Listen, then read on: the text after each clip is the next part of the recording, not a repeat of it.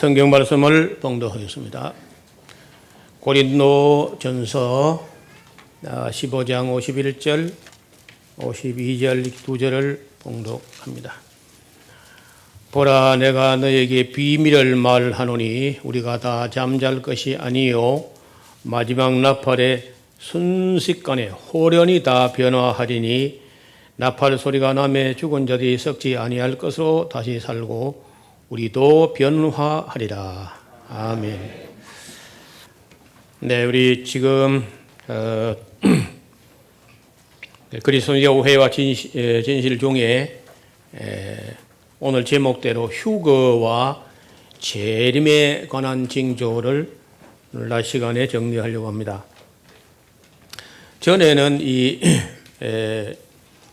교회가 휴거에 대한 말을 많이 하고 또 가르치기도 하고 부흥해서 나오고 했는데 지금 와서는 휴거라든지 예수님 재림 같은 것을 강조하는 사람들은 지나치게 강조하고 어떤 사람들은 아예 관심도 없이 이렇게 양분화된 것 같습니다. 그런데 이 부분도 역시 오해를 많이 하고 있기 때문에 성경이 말하는 바 올바른 그런 종말관을 갖고 있는 게 좋겠습니다. 기본적으로 우리가 복음서에서 예언한 말씀이 있고 서신서에서 예언한 말씀이 있고 그리고 계시록에서 역시 이 부분을 말씀하신 부분이 있는데 이걸 조화를 시키지 못하고 일치가 안 되게 전부 따로따로 하면서 오해를 했습니다. 오늘 이제 구체적으로 말씀한 곳 한 그 네 곳이 있는데 그 네 곳을 어떻게 조화를 시키면은 원만하게 또 맞아지겠는가, 또 그것이 요한 계시록에 있는 말씀하고 어떻게 원만하게 조화가 되겠는가 하는 것을 살펴보려는 것입니다.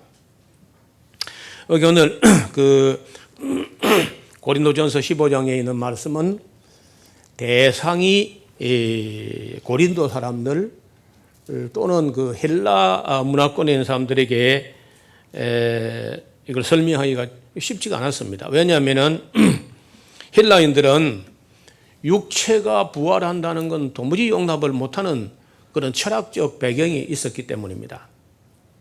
그들은 그 헬라 철학을 한 사람들은 영의 세계는 선한 세계고 물질적이고 육체적인 세계는 나쁜 것이다, 악한 것이다 해서 이제 죽음을 통해서 그 악하고 나쁜 육체로부터 영혼이 해방돼서 영원히 육체를 벗어나서 자유하게 되는 걸 바라보고 있었는데 그 육체가 다시 부활한다 하니까 이건 도무지 그리스 사람들이 용납을 못한 거예요. 그래서 고린도 교인들이 육체의 부활에 대해서 도무지 수용할 수 없다 이렇게 하니까 바울이 지금 15장을 보시면 아시는 대로 15장이 지금 58절까지나 나가는 긴 한 장을 할애해서 이게 부활의 교리를 다루고 있습니다. 그 중에 이제 그 부활 중에 죽은 자의 부활과 그리고 예수님 재림하실 그 때에 살아있던 사람들이 어떻게 그 영광에 참여하느냐 하는 것을 요 짧은 한 문단도 아니죠. 두 절 속에 담았는데 이건 비밀이라고 하는 겁니다. 이거는 세상 사람들은 도무지 알지 못하는 세계고 어떤 철학에서도 이건 다루지 않았었고 또 구약 성경에도 다니엘서 12장에 약간 흔적만 나올 정도일 뿐이지 그리고 시편 16편에 썩지 않게 하신다 하는 그런 두 군데 정도밖에 없어요. 사후에 이 부활과 관련된 말씀이 구약 성경에 거의 없습니다. 그래서 아시는 대로 바리새인들이나 또 율법학자 서기관들 이런 사람들이 부활이 있기는 있다 하는 정도를 인식했고 사두개인들 제사장 그룹에서는 아예 부활이 없다 그 영생이라는 게 뭐 한 개인이 영원히 사는 게 아니고 나는 죽으나 내 생명의 씨앗이 내 자손으로 이게 영생이지 한 개개인의 영원한 생명이 없다. 이게 사도계인들이 제사장들이 그랬다니까. 근데 바리새인들은 어떻게 선거를 받는지 모르지만은 부활도 있고 영도 있다. 이렇게 하는 정도였어요.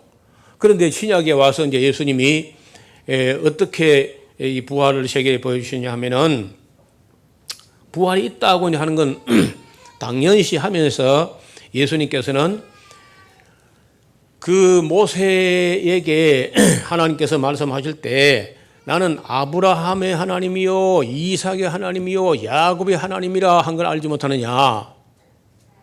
하나님은 죽은 자의 하나님이 아니라 산 자의 하나님이다. 아브라함이 지금도 살아있기 때문에 아브라함 하나님 하는 것이고 이삭도 육체만 흙에 있다 뿐이지 이삭의 영혼이 살아있기 때문에 이삭의 하나님, 야곱도 육신으로 죽었으나 그 영으로 하나님 앞에 살아있기 때문에 야곱의 하나님이라 한 것이다. 이까지는 또 이제 바리새인도 미치지 못했는데 예수님께서 이 말씀 하시니까 바리새인들이 힘을 얻어가지고 예수는 우리 편이다. 이렇게 이제 했고요. 그리고 가장 중요한 것은 예수님께서 죽어서 장사 지냈다가 사흘 만에 부활하심으로 부활이 확실하다 하는 걸 몸소 보여주신 거예요. 그것도 뭐 한두 사람에게 한두 번 보인 게 아니고 10번 이상 부활체가 나타나셨고 많을 때는 500여 형제가 함께 있는 데서 부활하신 모습을 다 보여줬다는 거예요.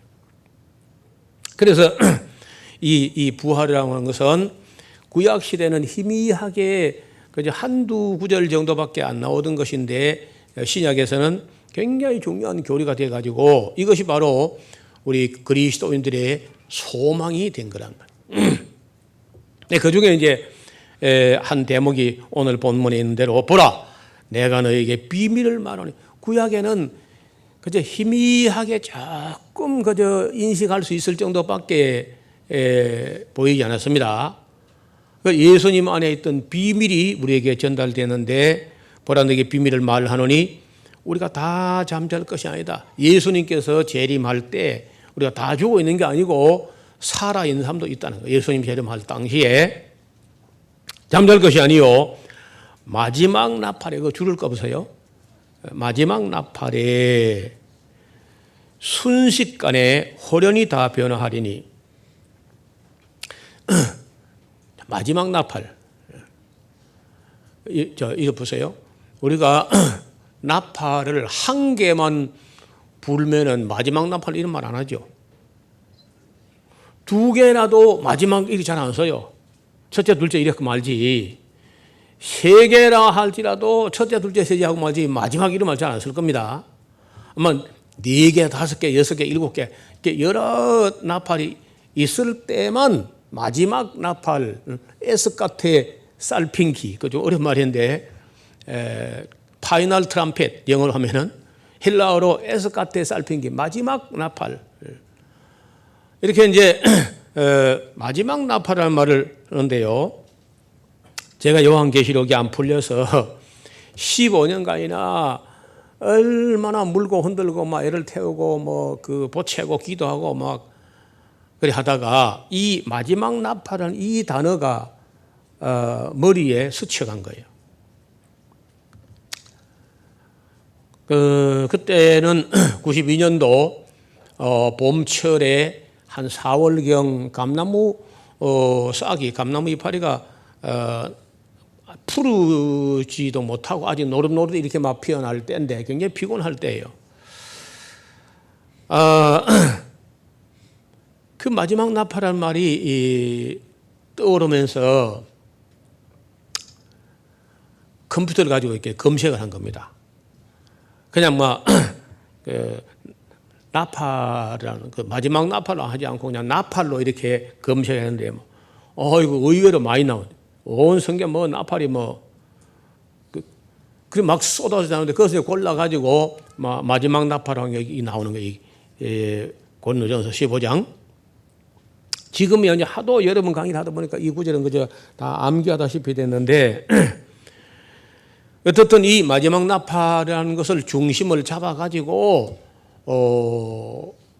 다른 모든 나팔을 하니까 마지막 나팔이 있으니까 그 앞에 나팔이 있는 것이고 첫째 나팔, 둘째 나팔, 셋째, 넷째, 다섯째, 여섯째 막 이렇게 나오는 겁니다. 그래서 제가 계시록과 이 종말론을 정리할 때 가장 그 핵심 키워드가 되는 말이 바로 이 마지막 나팔이었어요. 그래서 오늘 이 본문을 복음서를 먼저 채택하지 않고 큰 나팔, 뭐 혹은 하나님의 나팔, 혹은 이 마지막 나팔, 혹은 또 일곱 번째 나팔 이렇게 몇 가지로 나오는데 큰 나팔, 하나님 나팔. 아니 내가 좀 우스운 게요.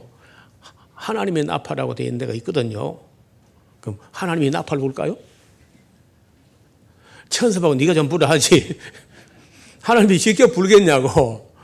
이걸 가지고 시비하는 사람이 있어요. 하나님의 나팔로 쫓아라고 되어 있는데 왜 천사 나팔하고 우기냐 노 목사가. 당신이 하나님 같으면 나팔 불겠냐. 그 하늘로부터 오는 나팔 혹은 하나님께서 하나님의 종들을 통해서 천사를 통해서 불게 한 나팔이지 하나님이 직접 나팔 안 불 거다. 그래서 이 문자주의가 때로는 참 애매긴다는 겁니다. 나중에 좀 찾아봅시다. 마지막 나팔에 순식간에 호련히 다 변화하리니. 그러니까 그때 이제 예수님 재림할 때쯤 되어서 이 땅에 살아서 믿는 사람들 중에서 마지막 나팔과 함께 순식간에 호련히 다 변화된다.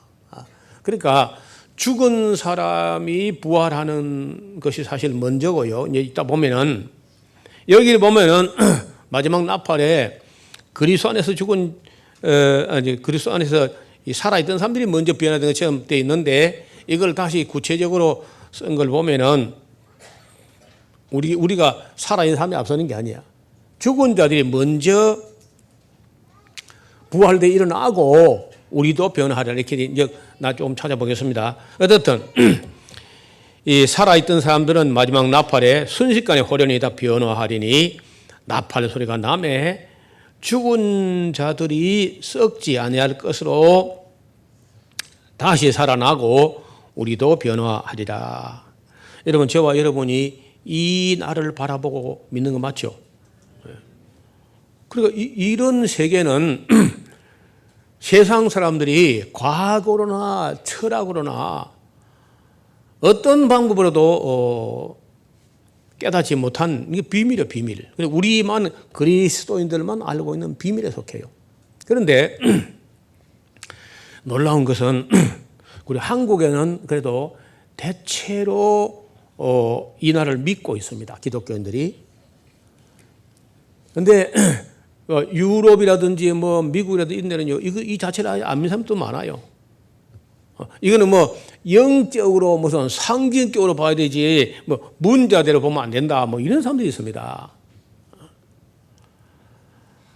저는 이것이 문자대로 실제로 이대로 되리라고 나는 믿습니다. 그러면은 이렇게 바울이 아주 확신을 갖고 있는데 바울 아니고 다른 사람들이 이 부분을 어떻게 기록했냐. 복음서 한번 펴봅시다. 마태복음 24장이요. 마태복음 24장에는 이 부분을 어떻게 말하고 있느냐. 그러니까 이게 다 조화가 되면 좋겠거든요. 마태복음 24장 거기 보면은 29절부터 보겠습니다. 29절에 마태복음 24장 29절 그날 환난 후에 줄을 보세요. 환난 후에 환난 전이 아닙니다. 대환난이 있고 나서 환난 후에 즉시 해가 어두워지며 달이 빛을 내지 아니하며 별들이 하늘에서 떨어지며 하늘의 권능들이 흔들리리라. 그때에 인자의 징조가 하늘에서 보이겠고 그때 땅의 모든 족속이 통곡하며 그들이 인자가 구름을 타고 능력과 큰 영광으로 오는 것을 보리라. 자, 여기 나오는 그 단어와 개념들이 조금 익숙한 개념이 있을 텐데, 환난 후라는 말과 달이 빛을 내지 않으며 별들이 땅에 떨어진다 하는 말씀과 또 땅의 모든 족속이 할렐루야 하리라 하는 게 아니고 어떻게 한다고? 통곡하며 그들이 인자가 구름을 타고 뭘 타고? 구름을 타고 능력과 큰 영어로 오는 것을 보리라. 어디서 좀 들은 듯한 얘기죠. 그 다음에 31절 제가 큰 나팔 소리. 아까 우리는 고린도전서 15장 51절 52절에서 무슨 나팔? 마지막 나팔 봐요. 그렇죠? 근데 여기는요. 큰 나팔 소리와 함께 천사들을 보내리니 저희가 그 택하신 자들을 하늘 이 끝에서 저 끝까지 사방에서 모을 것이라. 그러니까 모으는데 그 천사들이 하늘 이 끝에서 저 끝까지 다 이렇게 모으다 보니까 이걸 땅으로 모으는 게 아니고 공중으로 모아 올리니까 이게 들려 올라가서 이게 이른바 휴거가 되는 거예요. 그러면은 자, 환난 후에 온다. 대환난 전이 아닙니다. 우리 한국 교회의 세대주의적 종말론자들이 휴거가 환난 전에 있다고 이제 그 말도 안 되는 소리를 했는데 그걸 한국 사람들이 한국 기독교인이 99%가 그렇게 믿고 있어요. 환난 전에 휴거된다고 믿고 있는데 그런 거 없습니다. 이런 성경을 제대로 안 보기 때문에 그리고 종말론이라는 이상한 틀을 만들어 가지고 잘못 읽었기 때문에 그런 환난 전에 휴거라는 말을 쓰는데 분명히 말씀입니다. 환난 후입니다. 환난 다 통과하고 환난 후입니다. 그 다음에 예수님 오실 때 구름을 타고 오시는데 그 구름을 타고 오시는 예수님 보고 할렐루야 하는 것이 아니라 다 애곡하고 통곡한다 하는 말씀이고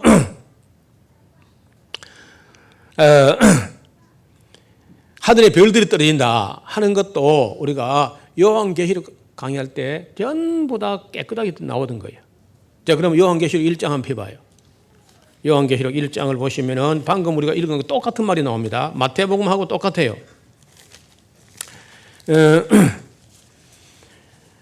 자, 거기 보면은 계시록 1장 7절에 보면은 볼지어다 뭘 타고 구름을 타고 오시리라. 각인의 눈이 그를 보겠고 또 그를 찌른 자들로 볼 터이요 땅에 있는 모든 족속이 그 예수님 오신 것 때문에 할렐루야 하리라 한 게 아니고 애곡하리라. 애곡한다. 구름을 타고 오신다. 또 예수님 오실 때 땅에 있는 모든 족속이 애곡한다. 똑같지 않습니까? 그 다음에 그 별들이 떨어진다는 말씀이 계시록 6장에 보세요.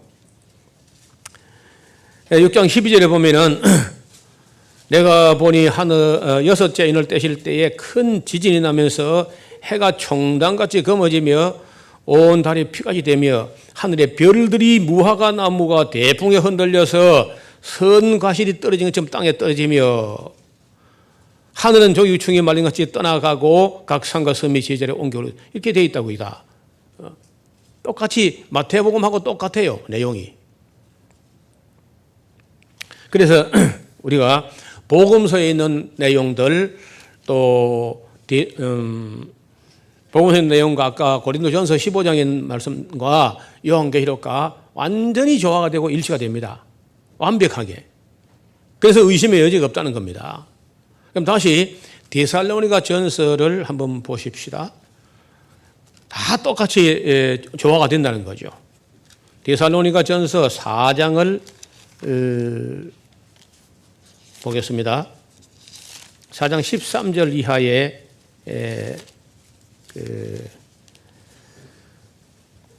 형제들아, 데살로니가전서 4장 13절, 형제들아 자는 자, 여러분 이 자한다는 것은 죽은 자를 죽는다는 말을 갖다가 미화한 말이지 베개 베고 잠자는 얘기가 아닙니다. 형제들아, 죽은 자들의 주 안에서 죽은 자들에 대하여 너희가 알지 못함을 우리가 원치 아니하노니 이는 소망 없는 다른 이와 같이 슬퍼하지 않게 하려 함이라. 우리가 예수에 죽었다가 다시 사심을 믿을진데 이와 같이 예수 안에서 예수 믿고 죽은 자들도 하나님이 저와 함께 데리고 오실 것이다. 우리가 주의 말씀으로 너희에게 이것을 말하노니 주 강림하실 때까지 우리 살아남아 있는 자도 자는 자보다 결단코 앞서지 못하리라. 주께서 호령과 천사장의 소리와 하나님의 나팔로, 그러니까 이렇게 하나님 나팔을 하니까 하나님 나팔과 천사 나팔 다르다 이렇게 애매한 사람이 있어요. 여기 하나님 나팔 나오잖아요. 하나님의 나팔로, 이 말은 또 어순을 우리식으로 바꿔 말하면 하나님의 천사장의 호령과 나팔로 이렇게 번역해도 되는 말이야. 히브리하고 헬라어나 이 우리말의 어순이 다르기 때문에 말을 그렇게 할 수 있는데, 그러면 그런 나팔로 친히 하늘로 쫓아 강림하시리니 그리스도 안에서 죽은 자들이 먼저 일어나고, 그러니까 죽은 자가 먼저야. 우리가 앞서는 게 아니고 먼저 일어나고 그 후에 우리 살아남은 자도 저희와 함께 구름 속으로 끌어올려. 여기는 변화라는 말이 없는데 여러분 이대로는 구름 속으로 잘 못 나갈 겁니다. 변화돼야 되지. 그러니까 여기만 봐서는 안 되는, 알 수가 없는데 이제 고린도전서 15장 51절 52절 보면은 변화되어서 올라간다고 되어 있는 거예요. 변화된다. 순식간에 변화된다. 공중에서 주를 영접하게 하시리니 그리하여 우리가 항상 주와 함께 있게 될 것이다. 자, 지금 제가 고린도전서 15장, 마태복음 24장, 그리고 요한계시록 1장, 6장, 그리고 데살로니가전서 4장 13절 이하를 이렇게 다 찾아서 보았는데 정확하게 조화가 됩니다. 완벽해요. 여기는 전혀 의심이 없다는. 그리고 계시록에서 이제 이걸 예고한 부분인데 계시록 10장을 펴보세요. 요한계시록 10장을 펴보시면은 어떻게 예고를 하냐 하면은 요한계시록 10장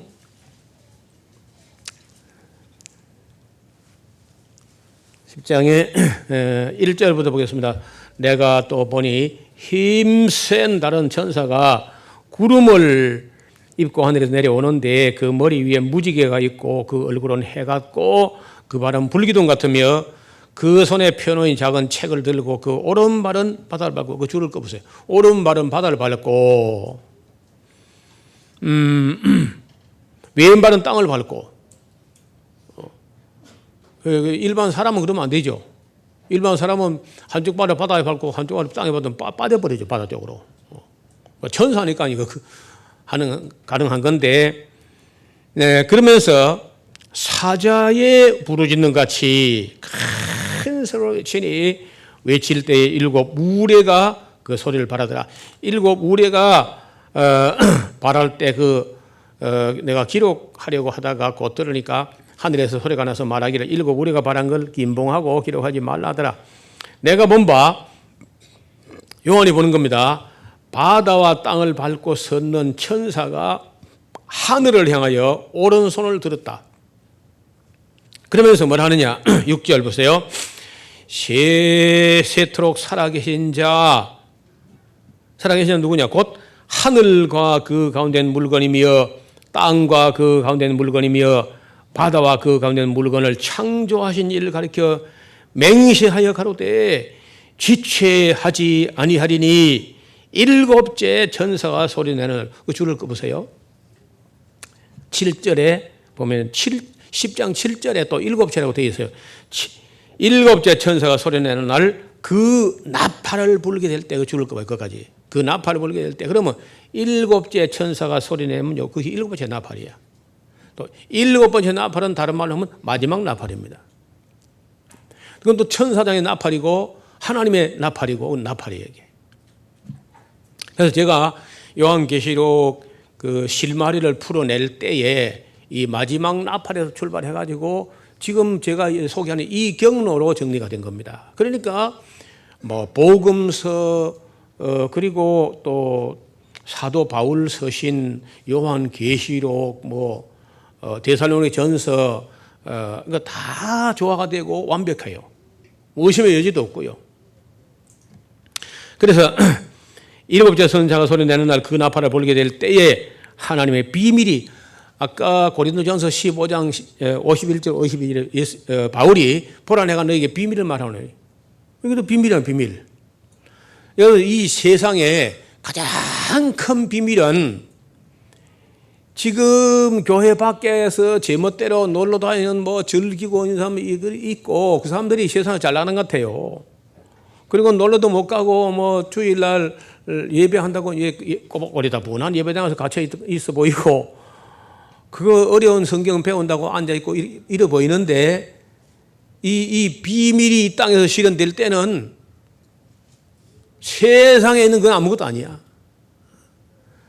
여러분 이게 비밀 중에 비밀이 그리스도 안에서 죽은 자들이 똑같이 무덤에 가보면요 이 사람이나 저 사람 믿은 사람 아니면서 똑같이 보이는데 언젠가 어떤 사람들은 마지막 나팔에 죽은 자 가운데 살아나고 또 그때 살아있는 사람들은 훈련이 순식간에 변화돼 가지고 부활하신 예수님 몸과 같은 그런 형상으로 변케 된다. 여러분 이 우리가 신구약 전체 안에서 이거보다 더 큰 비밀이 없는 거예요. 이게 비밀 중에 비밀이야. 사람들이 예수님을 안 믿는 이유는요 그 비밀을 모르기 때문이야. 또 이걸 이야기해줘도 너무 황당하게 들릴 거야. 무슨 소리야 죽으면 그만이지. 도저히 못 믿는 거죠. 그런데 저와 여러분이 세상에는 세상 별 볼 일 없는 사람 같은데 제가 여러분들 복 있다 싶은 건요. 그럼 그거 어떻게 믿는 거예요 그게. 그 말도 안 되는 것 같은데 그게 믿어진다는 거죠. 그것도 증거라 해봤자 2000년 전에 예수님께서 부활했다는 것밖에는 우리가 증거가 없어요. 그날 이후로 뭐 그 외에 어떤 부활의 증거가 있는지 하나도 없어요. 그런데 그 2000년 전에 게 믿어지고 앞으로 될 것도 믿어지고 그런데 이렇게 믿어지는 이 자체를 사도 바울은요 영생이라는 겁니다. 그냥 아무나 믿어지는 게 아닙니다. 제가 어떤 사람에게 이런 걸 전도하면요 저도 목사님처럼 믿어지면 믿고 싶어요. 그럼 믿으세요. 근데 안 믿어져요. 그럼 내가 어떡하죠? 믿고 싶대. 그래 믿어지면 얼마나 좋겠습니까? 하면서 믿고 싶은데 안 믿어진다는 거예요. 그럼 저도 어찌할 수 없습니다. 그래서 우리가 믿는 믿음이 어떻게 믿는 거냐? 사실은요. 믿음이 들으면서 난다고 하지만은 듣는다고 다 믿어지는 거 아니야. 그게 믿어진다는 거야. 믿어져서 믿는다. 그래서 어떻게 믿느냐? 몰라요. 그냥 믿어져서 믿는 거야. 듣는데 똑같이 듣는데 안 믿어지는 사람이 있다니까. 목사도 이거 안 믿는 사람이 있어요. 신학대학 교수도 이거 안 믿는 사람이 있습니다. 이제 그럼 말하자면 그렇다. 이제 그걸 실제 믿을 수 있나? 안 믿는 거예요. 그래서 바울은요, 네가 만약 예수 그리스도께서 죽은 자 가운데 다시 살린 것을 네 마음에 믿으면 이로 말미암아 구원을 받으리니. 그러니까 이 부활이라는 게 믿어지면요, 뭐가 안 믿어지겠습니까? 또 하나님께서 이 우주와 만물과 인간을 아무것도 없는 데서 창조하셨다는 걸 믿으면요, 뭐가 안 믿어지겠어요? 그게 믿어진다는 거죠. 또 예수님이 죽었다가 사신 것이 믿어지고 우리가 또 마지막 날에 그 마지막 날에 함께 훈련이 순식간에 변화되어서 주님의 몸과 같은 몸으로 변화된다. 이게 믿어지는 사람이 무엇이 안 믿어지겠냐고. 그러니까 그 바울은 이런 믿음이 너희에게서 난 것이 아니라 하나님의 선물이라는 거예요. 하나님이 정말 믿게 해줘서 믿어지는 거야.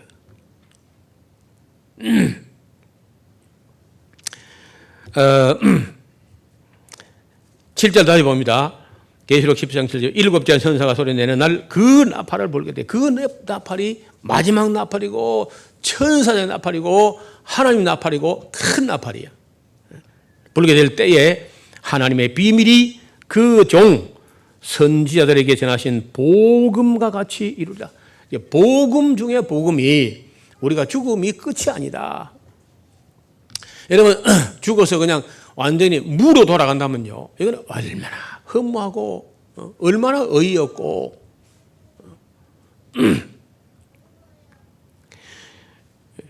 얼마나 참 기가 막히게 죽어서 그만이다 하면요. 어떤 무신론자가 정말 내년은 더 좋은 한 해가 있을란가? 또 내일은 더 좋은 날이 올란가? 이래 하다가 막 어느 날 갑자기 죽게 됐거든요. 그러니까 뭔가 희망을 가지고 살아왔는데 그냥 딱 죽게 되니까 저 무신론자 입에서 마지막 유언이 뭐가 나오는가 이렇게 지켜봤대요. 그러니까 마지막 말이에요. 숨을 푹 내쉬면서 이 순사기다 그렇게 죽더래요. 뭔가 뭐 있을 줄 알고 여기까지 왔는데 결국 아무것도 없이 죽게 되니까, 하나님도 안 믿고 죽게 되니까 순사기다 그러고 죽더래요. 어떤 분은 무신론자가 죽었는데 유언장을 남겼대. 그 유명한 독설가가 유언장을 남겼는데 뭐라고 썼는가 싶어보니까 펴보니까요, 어영부영 하다가 내 이렇게 될 줄 알았다 그러셨더니.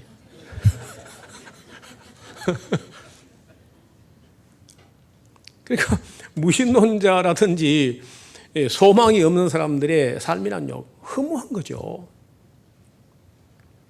반면에 그 유명한 전도자 그 D.L. 무디라고 하는 분이 있지 않습니까? 한 10만 명을 전도했다는 분인데, 그분은 여러분 어느 날 D.L. 무디가 죽었다는 말을 듣거든 절대로 믿지 말라. 나는 죽은 게 아니라 그때부터 영원한 생명을 얻은 것이다. 뭐 그렇게 남겼다는. 여러분 혹시 에스라우스 노 목사 죽었다 하거든요. 절대 믿지 마세요. 죽은 게 아니라 진짜 삶을 얻은 거죠. 이렇게 돼야죠. 그러니까 얼마나 큰 차이가 나냐고. 믿음을 가지고 하나님을 바라보고 사는 사람하고 무신론자 사는 사람들이 그 끝에 가서 얼마나 다르냐고.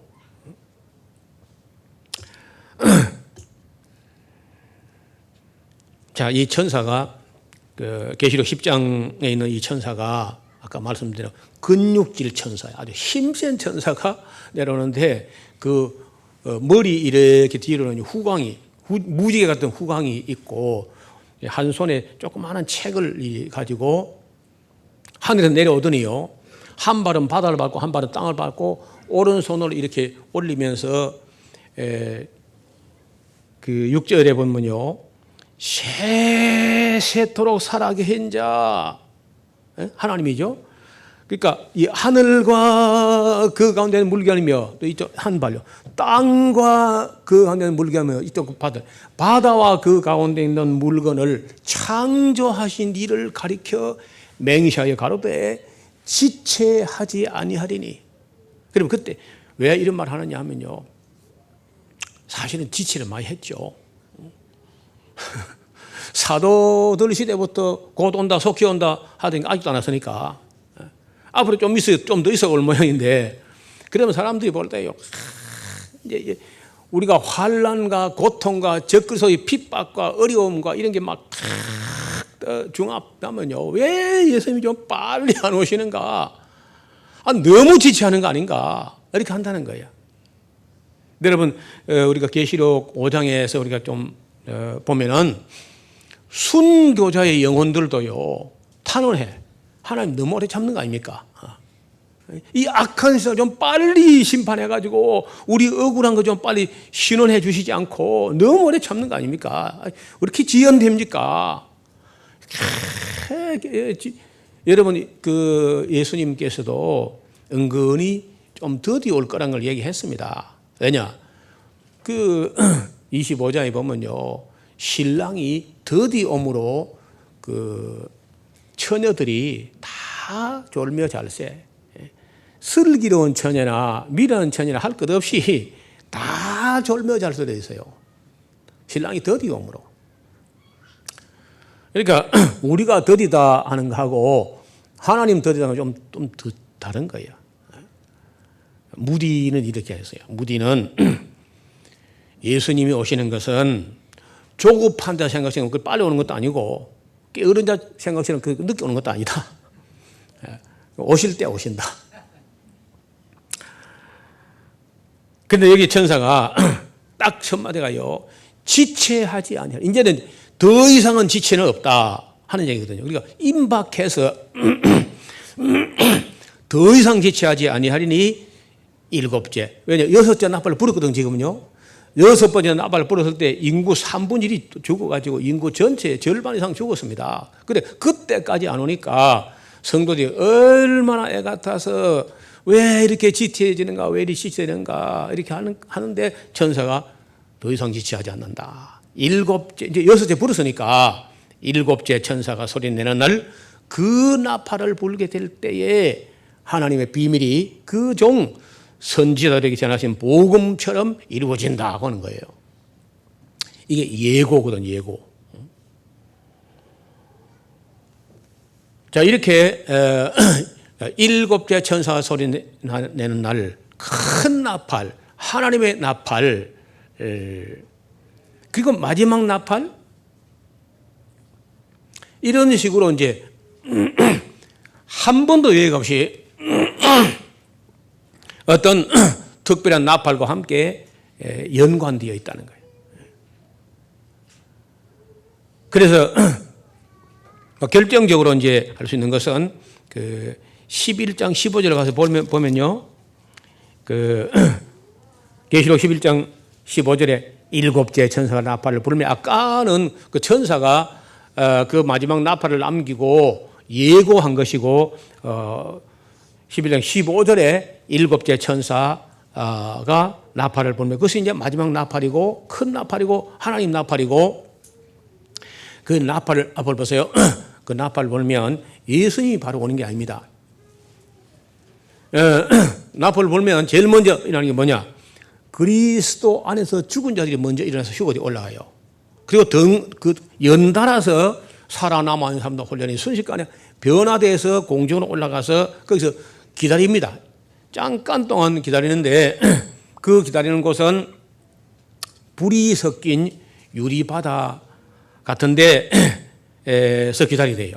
불이 섞인 유리바다 같은 데서 성도들이 다 그 창세 이후로 의인 아벨에서부터 해가지고 그 마지막 나팔 때 살았던 사람까지 모든 의로운 사람들이 함께 다 부활되고 변화돼가지고 신령한 몸을, 이런 몸이 아니고 신령한 몸을 입고 한 자리에 모여가지고 주님의 나타나심을 사모하면서 기다리면서 할렐루야를 부르고 있을 때 예수님께서 그 위로부터 우리가 휴거되어 있는 그 사람들을 만나기 위해서 오신다는 거예요. 그래서 만나가지고 이제 지상으로 이렇게 내려오는 걸로 되어 있습니다.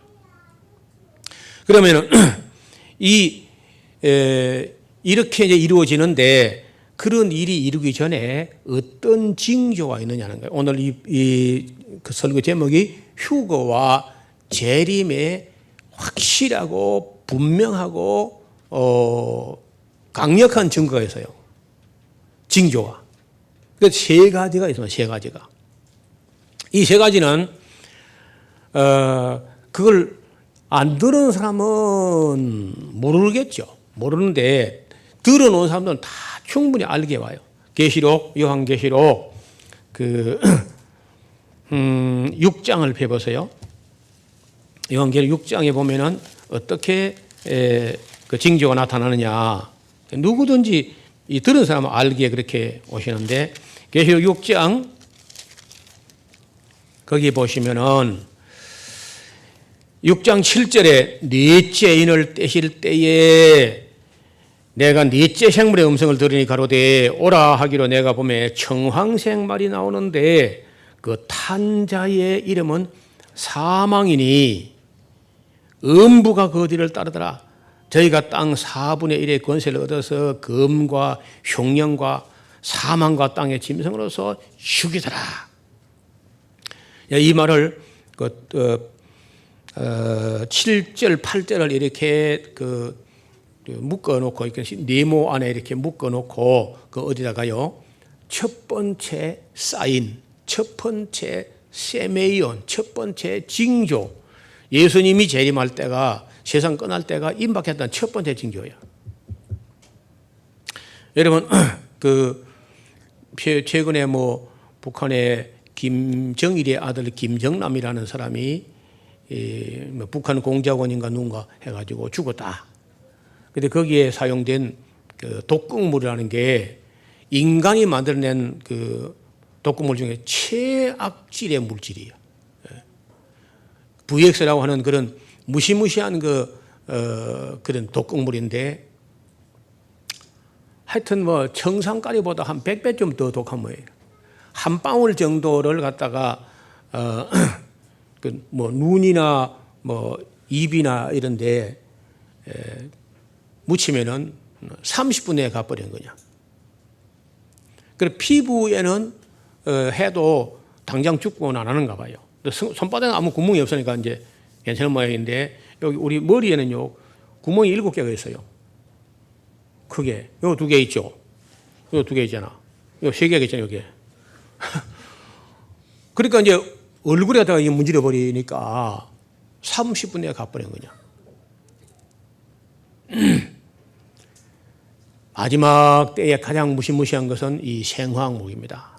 여러분 미군이 지금 살아있는 탄저균을 오산 미군 기지에 여러 차례 좀 보내가지고 이 자식들은 뭘 하려고 이런지 잘 모르겠어.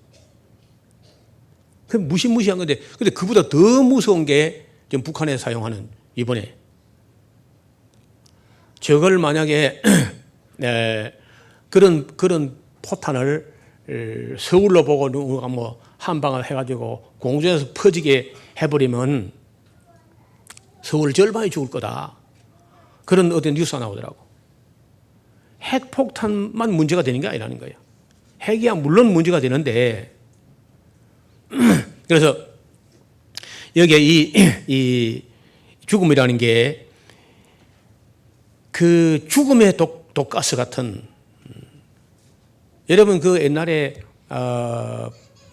히틀러 시대에 아우슈비츠라는 데서 지클론 B라는 그런 독가스를 썼다고 하는데 그거는 아무것도 아니야. 그보다 더 무서운 이런 화학 물질이 인간들이 만들어서는 안 될 물질을 만들어내는 이것은 언젠가 한번 사용된다는 거죠. 언젠가. 어떻든 여기에 검과 흉령과 사망이라고 되어 있는데 어떤 사망의 독가스나 이런 것 같아요. 그래서 어떻든 간에 첫 번째 사인이 지구 인구 4분의 1이 죽는 일이 벌어진다는 거예요. 그러면은 지금 현재 72억이라고 하는데 얼마 안 가서 80억 될 텐데 여러분 80억에 4분의 1이면 약 20억이 죽는 그런 끔찍한 일이 벌어지는데 그렇기 때문에 그러면 압니다. 저도 알고 여러분도 아는 거예요. 이걸 들어놓은 사람들은 훤히 알 수 있다는 거예요. 이제는 예수님 오시는 사인 3개가 있는데 그중에 첫 번째가 나타났다. 이건 시험에 나옵니다. 첫 번째 징조가 뭐냐. 넷째 인을 뗄 때 지구 인구 4분의 1이 죽는 것이다. 그 다음 두 번째 사인이 있습니다. 그 12절 보세요. 내가 보니 6째 인을 떼실 때에 큰 지진이 나며 해가 총당같이 검어지고 온 달이 피같이 되며 하늘의 별들이 무화과 나무가 대풍에 흔들려 선과실이 떨어진 같이 땅에 떨어지며 하늘은 종이축이 말린 것이 떠나가고 각 산과 섬이 제자리에 옮겨가더라. 자, 자, 이거는 뭐, 이 산과 섬이 제자리에서 옮겨간다 하면은 지구라는 행성에 만들어져 있는 그 수많은 원자력 발전소가 다 터질 텐데 이때 죽은 거는요, 성경도 사람 수를 세지 못해요. 얼마나 죽을 것인지. 별들이 떨어진다. 이것이 두 번째 사인인데, 자, 그 뭐, 고층 건물이 다 무너진 건 말할 것도 없고, 나는 여러분이 살고 있는 아파트 내가 걱정이라. 제가 그래서 아직도 아파트를 못 삽니다. 이건 농담이 아니고, 제일 무서운 게 원자력 발전소 터지는 겁니다.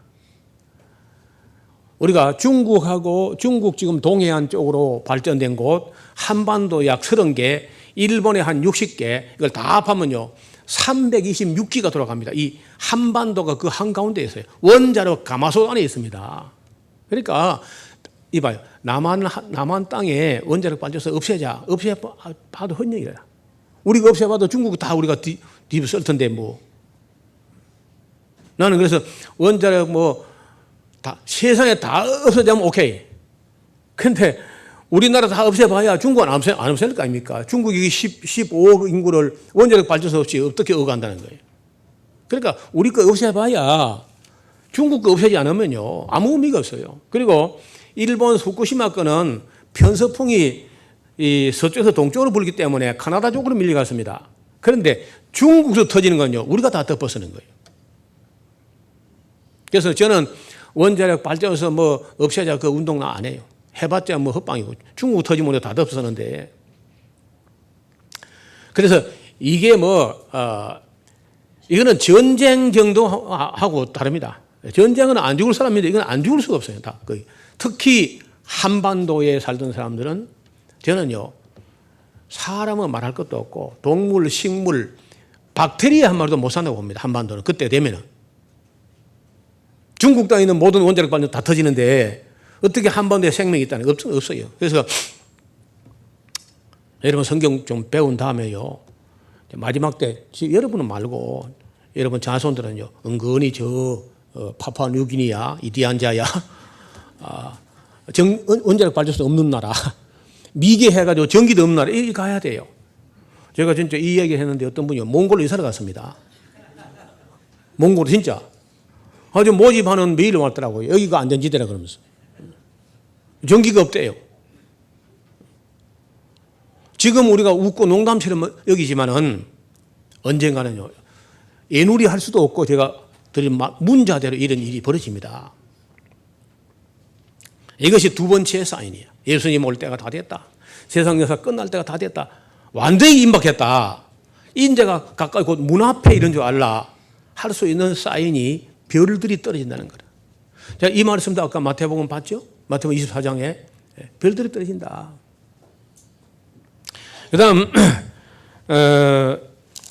그다음 사인은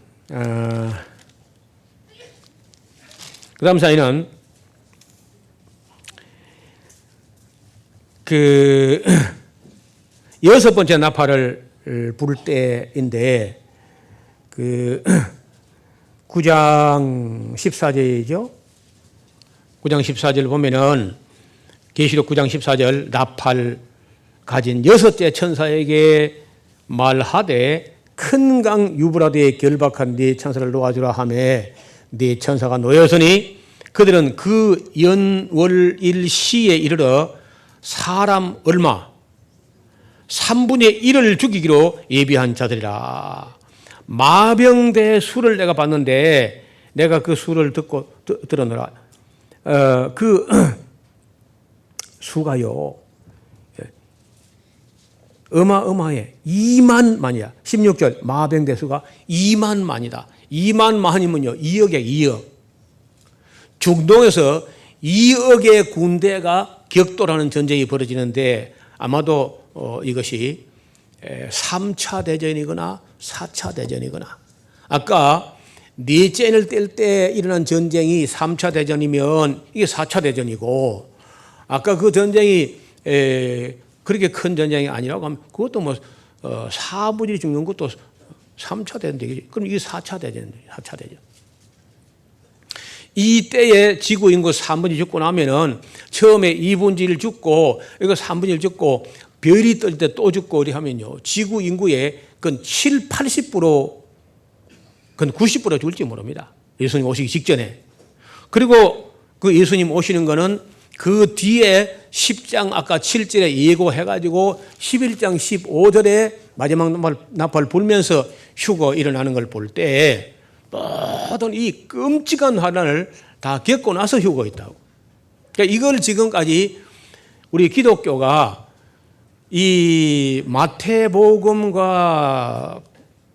고린도전서와 데살로니가전서와 계시록까지 있는 모든 종말론 소스를 조화를 시키지 못하고 부분적으로 이 흥크러져 가지고 오해를 했기 때문에 말도 안 되는 소리를 하는 겁니다. 환난 전에 휴거 있다는.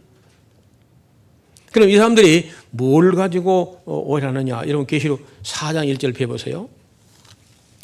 요한계시록 4장 1절에 이 사람들이 오해한 게 이렇게 나옵니다. 4장 1절에 이 일 후에 내가 보니 하늘에 열린 문이 있는데 내가 들은 바 처음에 내게 말한 나팔 소리 같은 그 음성이 가로되 이리로 올라오라. 이후에 마땅히 될 일을 내가 내게 보이리라 하더라. 그러니까 이리로 올라오라고 중간에 보면요. 이리로 올라오라고 줄 꺾고 이걸 휴거라고 지금 우기는 겁니다. 실명을 들어 죄송합니다만 여러분이 노 목사 말보다 그 조영기 목사 말 자꾸 더 믿을 것 같아서 하는 말이야. 조영기 목사 이거 엉터리 해석을 하는 거예요. 이걸 휴거라는 거예요. 피터 러크만이라고 미국의 유명한 사람도 이걸 그렇게 믿고 있고 그 외에 한국 목사도 99%가 이리로 올라오라 이걸 휴거라는 거예요. 4장 1절에 휴거가 있다. 왜냐하면 6장부터 바로 대환란이 나오니까 대환란 전에 휴거 있으려면 이게 휴거라고 우기는 거예요. 여러분 지금 종교개혁 올해가 500주년인데 카톨릭 시대는 그냥 종교 암흑 시대가 제껴놓고 종교개혁자 시대에 오직 성경이라고 하면서도 계시록에 조금만 주의를 기울여 정리하면 깨끗하게 정리될 걸 이걸 하나 풀지 못해가지고 500년 동안 계시록 하나 해결 못한 게 우리 기독교라는 거예요. 제가 이 그리스도의 오해와 진실이라는 책을 종교개혁 500주년 맞이해서 에스라우스 40주년 맞이해가지고 한국교회 앞에 바친다 하고 이런 어이없는 주장을 하고 있는 겁니다. 그래서 여러분 저는 1992년도에 이걸 정리했지만은 한국교회 아직도 종말론이 안 되어 있습니다. 우리 장로교는 종말론이 사실 없었어요. 루터도 없고 칼빈도 없고. 기껏 한다니 지금은 영국에서 나온 실현된 종말론, C.H. 다트나 리차드 보캄이 주장하는 그걸 또 배워왔다고는 이필장 교수가 돌아다니면서 이필장 교수가 또 꽤 영국에서 공부했다가 유명세를 타고 돌아다니는데 뭐라고 하느냐. 여러분 성경 보면요. 그 나팔 소리가 났을 때 두 사람이 밭을 갈고 있는데 한 사람 데려감을 당하고 한 사람 버려둠을 당한다 그러죠. 또 맷돌을 돌리고 있는데 한 사람 데려감을 당하고 한 사람 버려둠을 당한다. 그런 말이 있죠. 그런데 이필장 교수는 어떻게 하느냐. 우리가 믿는 거는 데려감을 당하는 게 휴거되는 거죠. 맞아요? 버려둠을 당하는 건 버려받은 거죠. 우리는 다 그렇게 믿는데 이필장 교수는 그 거꾸로 해가지고 데려감을 당하는 죽여버리는 것이고 버려둠을 당한 게 남은 것이다. 그 앞에 보면요. 노아의 때와 같으리라. 그 노아의 때에 데려감을 당한 게 죽은 거라 전부 다. 데려감을 당해 죽은 것이고 버려둠을 남긴 사람이 노아의 가족 아니냐. 이래가지고 완전히 뒤집어가지고 해석을 하는 거예요. 그러니까 데려간다는 게 휴거가 아니고 죽여버린 것이다. 그러니까 휴거는 없다는 거예요. 여러분 이런 사람이 영국서 공부했다고 그 돌아다니면서요. 인터넷 선전해가지고 우리는 뭐 광고도 별로 안 하는데 이 사람들은요. 광고비를 써가면서 광고를 해. 엉터리를 가지고. 그래서 오늘은 그 짧은 시간에 복음서, 고린도전서, 데살로니가전서 그리고 요한계시록 이런 데 기록된 휴거와 재림의 징조가 어떻게 기록되어 있느냐 하는 걸 정리를 했는데요. 그럼요, 물어봅시다. 내일 주님 올 수 있겠나? 좀 어렵겠죠? 왜? 하루 동안에 언제 4분의 1 죽고 또 별 떨어지고 3분의 1 죽고 하려면요, 시간이 없어. 그렇죠? 그래서 이렇게 정리를 하고 나면은 다시는 계시록 가지고 종말론 가지고 여러분 상대로 장난 못 치게 된다는 거예요. 이런 거 아주 분명히 해둬야 돼. 이런 걸 정리를 안 하고 계시록을 모르고 있으니까 항상 이 이단 사이비가 또 이단 사이비를 만드는 귀신들이요, 기독교인들이 계시록 모르는 거 귀신같이 알고 그렇게 장난치는 겁니다. 제가 여러분에게 소개했던 그리스도 의화 진실 이 책 속에 그 소망에 대해서, 그 휴거에 대해서, 그리고 재림의 징조에 대해서 충분히 정리를 해놨습니다. 그리고 지금은 그 성서적 종말론이라는 책을 지금 출판사에 넘겨서 아마 3월 중순쯤 늦어도 말까지는 책이 나올 거예요. 이것도 이제 루터나 칼빈이 종말론을 정리를 못하고 칼 바르트도 못했습니다. 칼 바르트가 유명한 분인데 교의학, 그러니까 이 교의라고 하는 그 도그마틱스, 처치 도그마틱스라는 책인데, 신학교에서 신학자들이 궤변이나 사변적으로 한 소리가 아니고 실제로 교회에서 강의할 수 있는 조직 신학 책을 썼는데, 이분이 너무 머리가 좋아가지고 너무 세밀히 쓰다 보니까 사륙 배판으로 만든 책을 8,000페이지를 썼습니다. 하나님은 어떤 분이며, 사람은 어떠며, 그리스도는 어떠며, 구원은 어떠며, 성경은 어떠고, 교회는 뭐까지 다 했는데 마지막 종말론 하나 남기고 이분이요, 종말론 못 쓰고 들어가신 거예요. 그러니까 루터, 칼빈, 칼바르트 그야말로 지난 500년 동안에 손꼽을 만한 대학자들이 계시록도 해석 못하고 종말론 해석 못하고 돌아가신 거예요. 그러니까 나머지는 다 전부 중구난방이고 천방지축으로 막 떠들어. 그래서 내가 작은 생을 바쳐서 종말론 하나라도, 계시록 하나라도 풀어놓고 가면은 이것이 살다간 흔적이 되겠다. 그래서 딴에는요,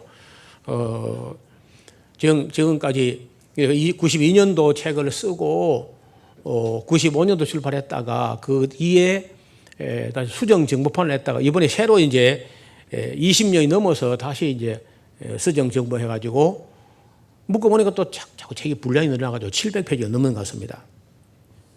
그래서 이번만큼은 일부러 그림까지 겉들여가지고 올 칼라판으로 그렇게 만들어서 내는데, 이것은 에스라우스 40주년이기도 하고 또 종교개혁 500주년에 역시 기념판으로 우리 기독교가 지난 2000년 동안 해결이 안 됐던 걸 정리해놔야 되겠다.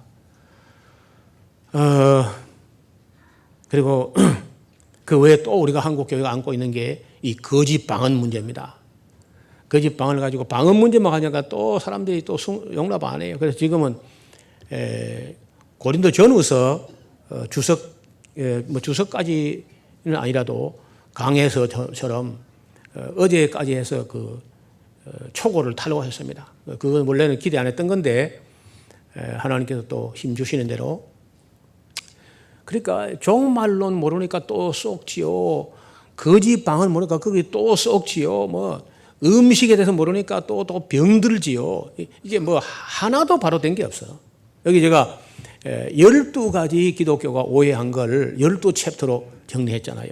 그래서 오늘 오후에 이제 좀 더 시간이 내면은 천연왕국론까지 정리해서 종말에 대해서, 소망에 대해서 4번에 걸쳐 이야기를 하는데, 이게 중요한 겁니다. 이걸 모르면은 꼭 마귀가 일어나서 장난친다는 거예요. 그리고 샤론교회 성도들, 또 에스라 가족들 되시는 분들은 종말론도 또 우리 소망에 대해서도 명료하고 명쾌해서 어떤 사람들이 어떤 학설에도 휘둘리지 않고 잘 준비해서 영광의 소망에 참여할 수 있기를 주의 이름으로 축원합니다.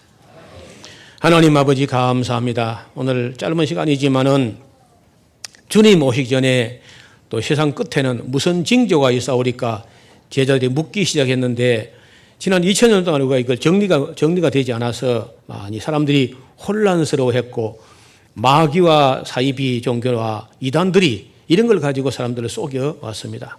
이제 우리가 밝히 배워서 모든 사람들에게 모든 성도들에게 우리의 소망에 관한 이유를 묻는 사람들에게 우리가 두려움과 떨림으로 잘 증거할 수 있는 증인들이 되게 하여 주옵소서. 또 이날을 바라보는 우리가 우리 삶을 깨끗하게 거룩하게 하여서 부끄러움 없이 두려움 없이 설 수 있는 우리 모두가 되게 하옵시고 그날의 주님 앞에서 칭찬과 상급 있게 하여 주옵소서. 예수님의 이름으로 기도하옵나이다. 아멘.